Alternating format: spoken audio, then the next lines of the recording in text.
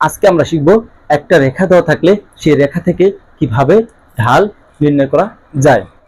দেখো আমাদের প্রশ্নে কি আছে, 2x - 6y - 20 = 0, রেখার ঢালের পরিমাণ কত?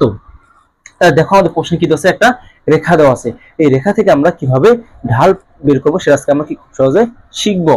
তো দেখো আমরা কিভাবে করতে পারি। না বলছি ঢাল নিয়ে হচ্ছে ঢাল, ঢাল ইকুয়াল কি আমরা জানি এম, ঢাল কি প্রকাশ করে এম দ্বারা। তো ঢালের রেখা দেওয়া থাকলে আমরা ঢালের সূত্র কি লিখবো, দেখো -x এর সহগ ডিভাইডেড y এর সহগ, হচ্ছে কি আমাদের সূত্র। এখন সূত্র যদি আমরা কি মান বসে দেই তাহলে কি আমাদের অঙ্কটা শেষ হয়ে যাবে। তো দেখো আমরা কিভাবে করব।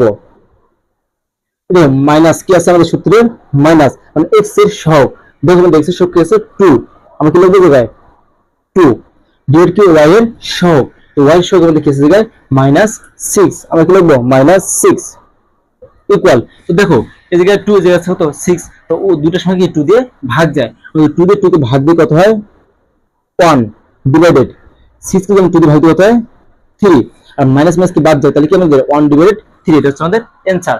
আমাদের অ্যানসার কোন অপশন আছে, ডি নাম্বার অপশনে। অ্যানসার কি হবে 1/3। আশা করি সবাই বুঝতে পারছেন। আর কখনো রেখা থেকে ঢাল নির্ণয় করতে আপনাদের সমস্যা হবে না।